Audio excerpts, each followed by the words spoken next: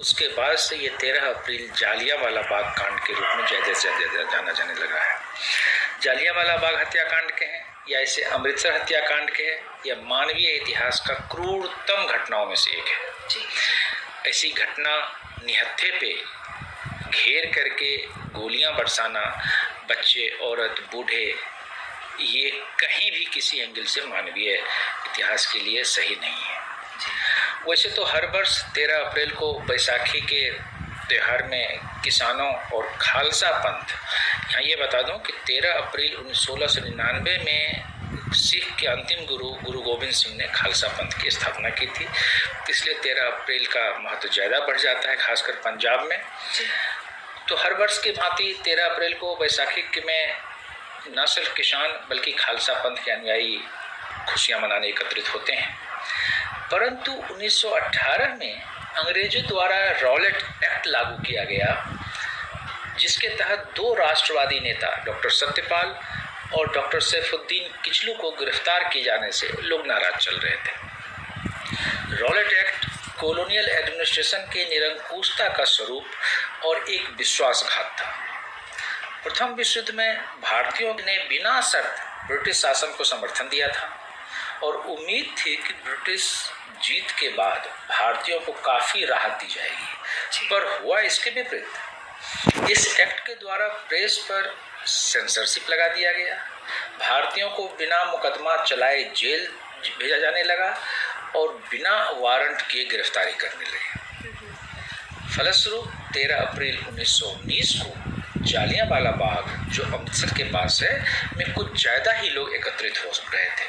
वहाँ के कानून व्यवस्था संभाल रहे अस्थायी brigadier general Reginald Edward Harry Dyer ने बिना चेतावनी दिए 50 सैनिकों द्वारा निहत्थे पर अंधाधुंध गोलियां चलाने की अनुमति दे दी।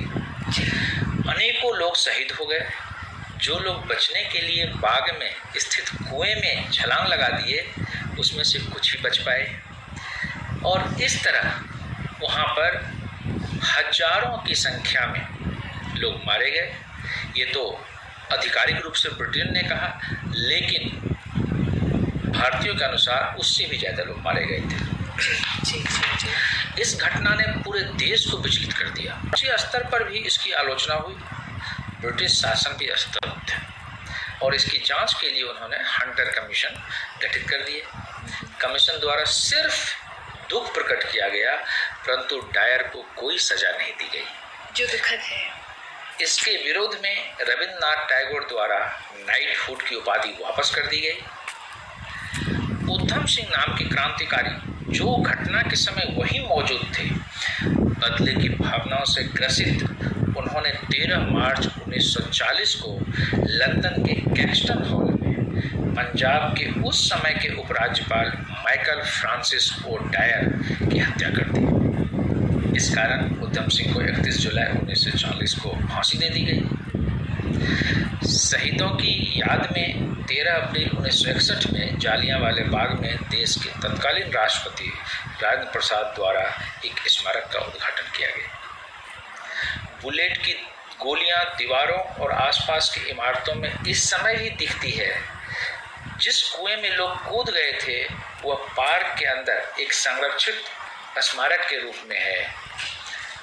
जब भारत अपनी स्वतंत्रता का गोल्डन जुबली यानी 50 वर्ष पूरे किए, उस समय इस दुखद घटना के लिए ब्रिटेन की रानी क्वीन एलिजाबेथ भारत आकर के उन शहीदों को स्मारक पर श्रद्धांजलि दी, जो बतलाता है कि वो खुद ब्रिटिश इतिहासकार, ब्रिटिश के लोग कितने स्तब्ध थे उस घटना से। इसके अलावा 2013 में ब्रिटिश के प्राइम मिनिस्टर डेविड कैमरन वहाँ आए स्मारक पर, और वहाँ जो विजिटर्स बुक रखी हुई है, उस बुक में उन्होंने लिखा है कि ब्रिटिश इतिहास की ये शर्मनाक घटनाओं में से एक है। इससे आप समझ सकते हैं कि जो कुछ हुआ वो किस रूप में घृणित कार्य था। जी जी बिल्कुल, बेशक।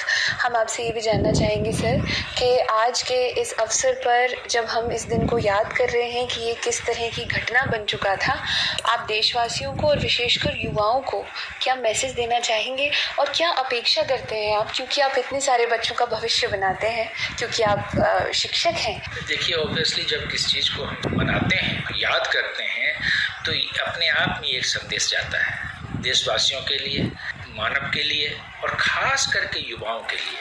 भारत के युवा खासकर ये समझे कि ये देश जो आज़ाद आज हैं, ये हमें ऐसे आसानी से नहीं मिल गई, सिर्फ शांति प्रिय और अहिंसा से नहीं मिल गई, बल्कि इसके लिए हमें कुर्बानी करनी पड़ी। कुर्बानी कितने माँ बहनों ने अपनी चूड़ियाँ तोड़ दी, अपने सिंदूर मिटा दिए। इसलिए आज के युवाओं से मैं अपील करना चाहता हूँ कि इस देश को निरंतर आगे बढ़ाएं, न सिर्फ देश को बल्कि किसी भी कोई घृणित कार्य, कोई भी अपराधी रूप में या किसी भ्रष्टाचार के रूप में संलिप्त ना हो, जिससे देश और मानवता शर्मसार हो, बल्कि देश को आगे बढ़ाए और विश्व के लिए एक उदाहरण बने। यही मेरी आज के युवाओं के लिए संदेश है। जी जी, बहुत सुंदर। Thank you so much sir, आपने कीमती वक्त निकाला और आप हमारे कार्यक्रम में शामिल हुए।